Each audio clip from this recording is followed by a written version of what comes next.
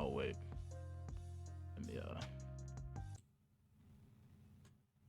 YouTube. Gravin was once the largest French streamer on Kick, as well as the fourth most watched creator on the platform as a whole. Viewers watched for his What is this quality, man? Oh, it's just reactions to losing in different games. And while he started off playing video games, he eventually transitioned into doing more IRL streams, many of which included him hanging out with other French streamers. He was on track to becoming even more famous. And with that goal in mind, Jean and his partners announced their biggest project to date in August 2025, a marathon stream. Put simply, they were going to stream every second of their lives for at least 10 days. And things went just as planned at first, with the marathon lasting over 12 days. But just when it seemed like the continuous stream would never end, a single tragedy brought everything to a halt. Just past midnight on August 18th, Jean went to sleep while still on camera. Not long after that, the stream showed him tossing and turning before calming back down. A few minutes later, a donation alert woke up one of the other streamers, who then tried to get Jean's attention. Jean, however, was completely unresponsive. They quickly ended the stream and rushed Jean to the hospital. Sadly, it was too late. 46-year-old Jean Parmenov had already passed away in his sleep and was officially pronounced dead at around 4 a.m. This was devastating news for the tens of thousands of fans who love tuning into his streams every single day. But as the headlines spread across the internet, more people began looking into the events leading up to the incident. And the disturbing things they discovered made everyone look at it from a different angle. Not as an inevitable tragedy, but a preventable homicide. And it all pointed back to the main two individuals Jean was streaming with, Owen and Safine. You see, Jean didn't have the best life before becoming a streamer. He was a military veteran, but due to his deteriorating health, he had trouble finding regular work. This forced him to live with his mother with no outside connections. He began streaming in March 2020 as a way to combat his loneliness and make new friends. However, the clips of his over-the-top yet entertaining reactions to losing went viral on platforms like TikTok, allowing him to amass a sizable audience over time. This was a win-win situation for Jean, as he was earning good money while also collaborating with other French creators. And that's where Owen and Safine entered the picture. They not only began streaming with Jean, but also formed an entire content strategy around making him angry and recording his reactions. Now, it can be argued that, at least by this point, Jean was in on the scheme. He knew the audience wanted to see him burst out in entertaining ways and leaned more into that character. However, things took a darker turn once he moved in with the two to make IRL content. As people were going through his old streams and videos after his death, they discovered hundreds, if not thousands of instances of Owen and Safine getting physical with Jean. And it wasn't something lighthearted and fun. Now, I can't show the vast majority of these instances or describe what happened in them on YouTube due to just how graphic and abusive they are. All I can say is that Owen and Safine's harassment included everything from rather harmless stunts like breaking an egg on his head to acts that could be potentially life-threatening. This type of behavior was a consistent part of their streams, where they essentially treated Jean as a living punching bag. And the marathon stream was also more of the same, with everything tuned to the max to increase shock value and by extension their viewership. So, when Jean tragically passed away on stream, many on the internet pointed fingers at the two behind it all, Owen and Safine. People argued that his already frail structure was made significantly worse by the constant stress he was under from the two. Worst of all, they seemed like they were well aware of this, as just days before his end, they made Jean declare on stream that if anything were to happen to him, it wasn't their fault. Ouais, alors que... Ah non, à moins qu'ils disent face caméra là maintenant, que si demain il meurt en plein live, c'est dû à son état de santé de merde, pas. Je dis face caméra que si demain tu meurs sur scène, c'est dû. They know some. Mais oui, comme Dalida a dit. S'il m'arrive quelque chose en live, que ça vient pas clipper. Que ça vient pas d'eux. The online backlash also sparked an investigation into Jean's death. According to Owen's lawyer, everything they did to Jean on stream was consensual and nothing more than an act for the sake of entertainment, stating, "There were things that were scripted, there was improvisation, there were shots that were simulated. What you see on the screen is not the reality of what was being experienced." The autopsy report also concluded that the cause of Jean's death was his own poor health and that there was no foul play. But in the eyes of the thousands following this case, his health only deteriorated to this point because of how the other two treated him over the past 3 years. That said, the investigation is still ongoing, and for now, it's unclear how it will end. That's crazy. There's no way they don't have. Valeria Marquez was a 23-year-old Mexican model, businesswoman, and digital creator from Jalisco, Mexico. She showed interest in the world of beauty and fashion from an early age, and following her dream, managed to receive the title of Miss Rostro in 2021. The fame from this title allowed her to open her own salon named Blossom the Beauty Lounge in Jalisco, Wait, have I seen as this? well as kickstart her online career on platforms like TikTok and Instagram. In addition to posting her latest modeling photos, she also streamed on these platforms almost every day from her salon to share beauty and fashion with her viewers. Things were looking good for Valeria. She amassed over 320,000 followers across both platforms, with her eyes set on even bigger goals. However, before Valeria could realize these dreams, her life was cut short in an incident she had no way of anticipating. On the afternoon of May 13, 2025, she went live on TikTok as usual. But just as she was about to start talking about new fashion and beauty tips, she was interrupted by a delivery. Someone had apparently sent her a stuffed animal as a gift. She returned in front of the camera to show it off, but was interrupted once again by the delivery driver asking her to confirm her name. She then muted the stream to talk to the delivery driver, but as soon as she did, the guy pulled out a firearm and fired multiple shots at Valeria. By the time medics arrived, Valeria had already passed away. The killer had also fled the scene without a trace. The only clue police had to identify him was a single second of their voice that was broadcast live through Valeria's stream. Hola. Sí. Unfortunately, that hasn't been very useful. The police still haven't identified the perpetrator at the time of writing. That said, people on the internet have come up with a number of theories trying to crack this case. The most prominent suspect in these theories is a man named Ruiz Velasco, who is a high-ranking member of the Jalisco New Generation cartel. He was apparently in a romantic relationship with Valeria when the incident occurred, which could explain a potential motive. Some people also noted that soon after the shooting, a girl who worked at the salon picked up Valeria's phone to end the stream.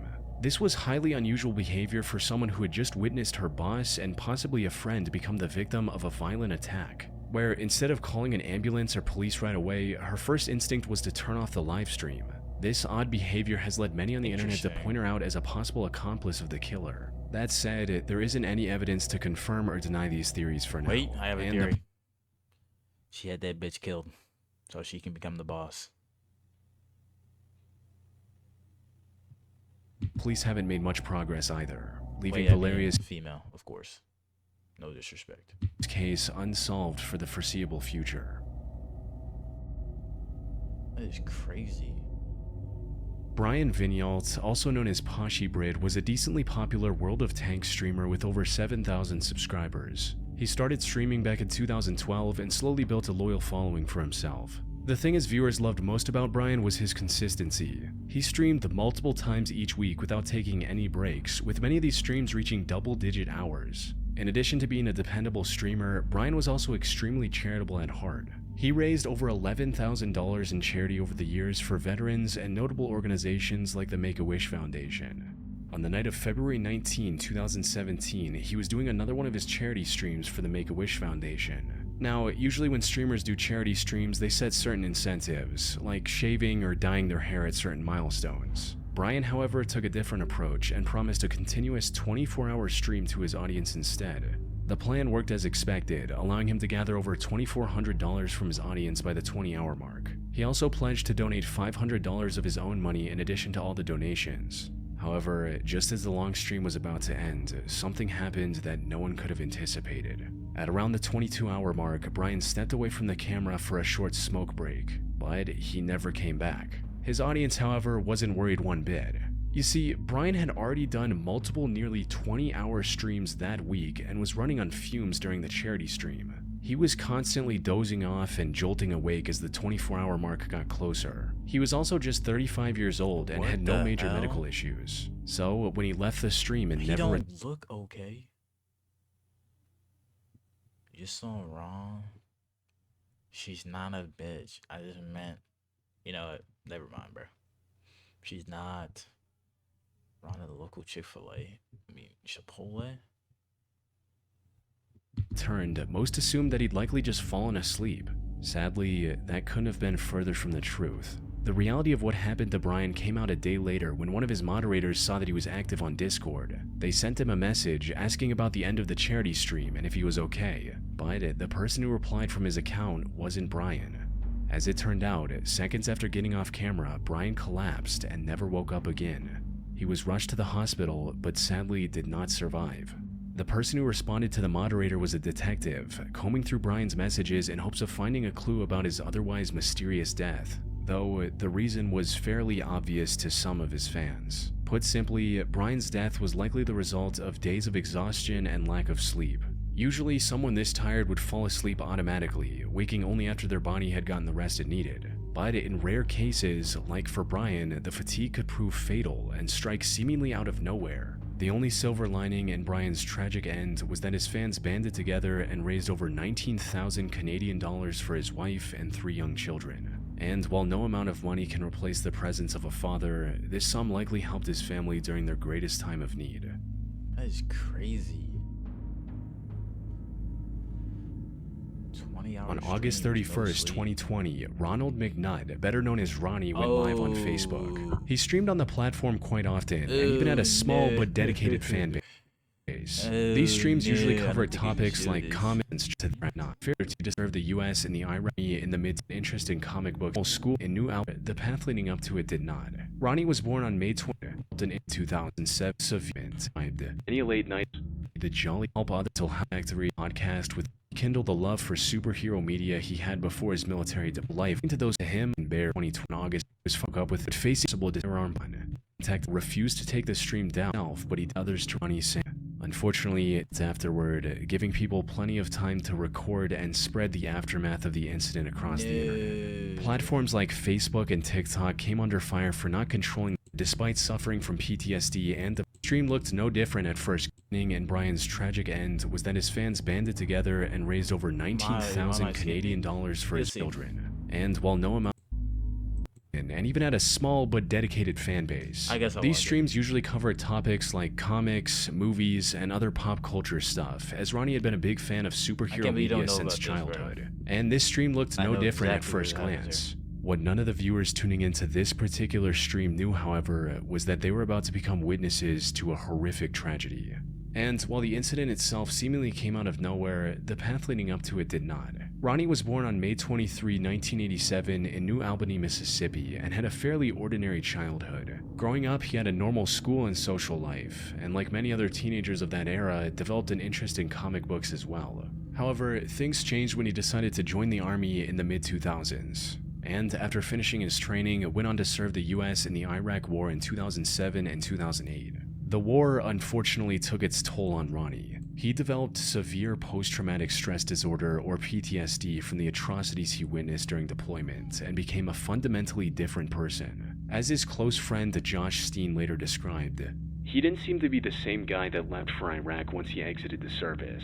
I spent many a late night in our studio via text message and in person talking with him about life and his struggles." However, despite suffering from PTSD and depression, Ronnie tried his best to be the jolly guy he always was. He also spent much of his time raising awareness about the issue and trying to help other veterans who'd gone through the same experience as him. And when he wasn't advocating for veterans' mental health, he was working hard to get his life back in order, starting with getting a job in the local Toyota factory and also starting a relationship. His streams on Facebook, as well as his Just Us Geeks podcast with Josh, were also a part of his plan to regain some semblance of normalcy. The goal was to rekindle the love for superhero media he had before his military deployment. Fortunately, these efforts paid off, as Ronnie managed to settle into a fairly normal life over the next decade. At least, that's what it looked like on the surface. You see, according to those closest to him, Ronnie never received any professional help for his psychological struggles. To him, toughing it out was the best way forward. Sadly, there's only so much pressure the human mind can bear before it reaches complete hopelessness. For Ronnie, things began spiraling in August 2020. It started with him posting about missing his father on what would have been his 69th birthday on August 14th. Sadly, his father had passed away back in 2018. A few days later, he was fired from his job due to the pandemic. And if that wasn't bad enough, his girlfriend also broke up with him not long after. Ronnie might have been able to endure each of these incidents on its own, but facing them all at once proved too much to bear, resulting in him making the tragic, irreversible decision to end it all. On the 31st of August, he went live on Facebook with a firearm by his side. His friend John was one of the early viewers and quickly realized what was going on. He immediately called the police and also rushed over to Ronnie's house. In the meantime, he also contacted Facebook, hoping to get the live stream taken down before anything happened. Facebook, however, refused to take the stream down, stating that it did not violate any of their policies. Whoa, Josh it was also going. tried to call It was Ronnie going himself, to. but he did not answer. A few minutes later, Ronnie received a call from his ex-girlfriend, who was likely prompted by others to reach out. Sadly, this call led to a brief argument between the two, resulting in Ronnie saying his final words. The cops were already outside, preparing to speak to Ronnie through a megaphone. Unfortunately, neither they No way nor she Josh rushed was the able to house. reach him in time. The stream also kept going for minutes afterward, giving people plenty of time to record and spread the aftermath of the incident across the internet.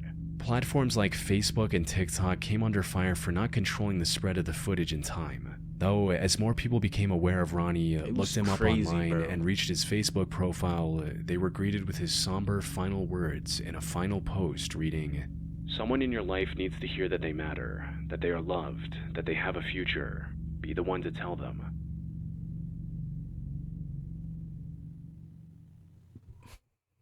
Yo, month sub if I don't get my VCs. I'm sorry, man. I'm sorry.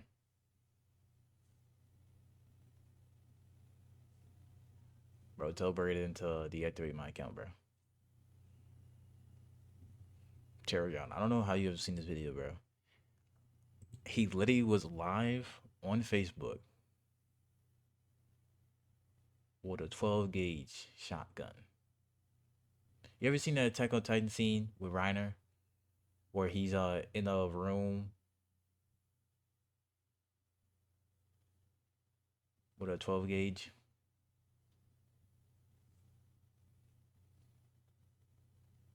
And he's like, and he hears, and he, he almost is, you know, I don't know how to explain it. But he almost,